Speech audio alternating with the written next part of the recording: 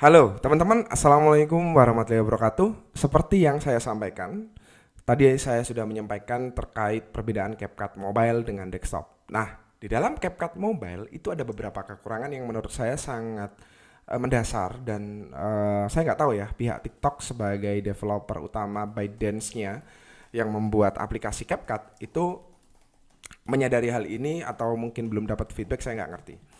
Jadi waktu kita ngedit teman-teman, ini yang sampai sekarang membuat saya males ngedit di CapCut Mobile sebenarnya. Jadi waktu kita ngedit, kita harus menambahkan video kita di dalam galeri kita. Itu sangat melelahkan gitu loh teman. Jadi kalau nggak mau, ini kan udah saya pakai nih, yang tengah nih ya, ini yang saya select nih, ya. Ini udah saya pakai, jadi dia nggak perlu download. Nah, kalau yang belum saya pakai, itu ada tanda arah ke bawah. Ya, garis ke bawah tuh. Itu artinya saya harus download dulu untuk memakainya. Kalau videonya kecil, kemudian kita terkoneksi internet, dia akan lebih cepat. Oke. Kalau videonya ukurannya ada yang 500 MB, 200 MB, macam-macam, kemudian internet kita lola atau lemot, ya alamat gitu ya. Assalamualaikum akhirnya kan. Yang artinya kita harus menunda pekerjaan kita dalam proses editorial. Itu satu. Kedua adalah di dalam CapCut Mobile ya, itu penuh dengan iklan. Meskipun kita udah pakai paket Pro. Ini saya udah pakai paket Pro nih. Tapi di sini masih dikasih diskon 30% 3 bulan pertama. Ngapain? Saya udah purchase untuk paket 1 tahun. Bahkan cloud-nya itu saya juga purchase. Nih. Tapi saya masih aja dapat iklannya yang Pro. Ini sangat mengganggu gitu ya.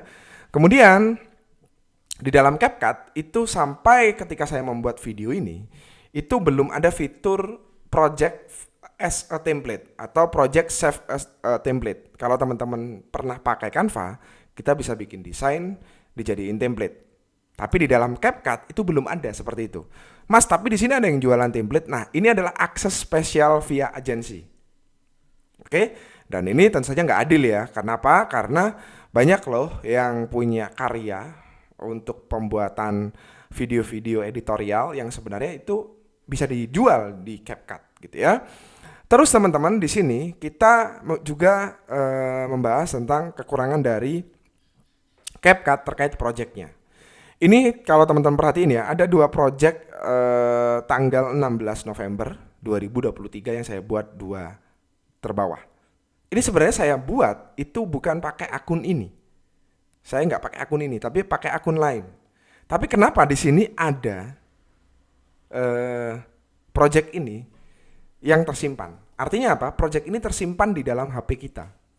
Nah, setiap project itu ada ukurannya. Ada 400 MB, 569 MB, 22 MB.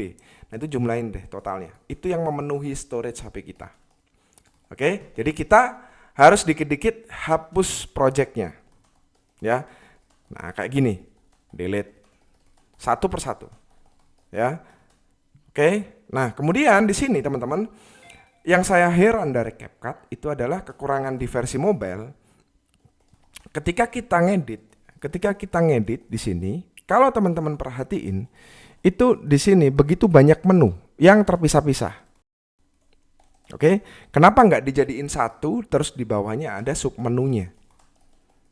Itu akan lebih baik. Ya. Dan yang terakhir, ini yang menurut saya kendala paling nggak nyaman ya. Kita proses editing panjang, exporting kita nggak bisa minimize. Kalau ini saya minimize gini, urusan selesai.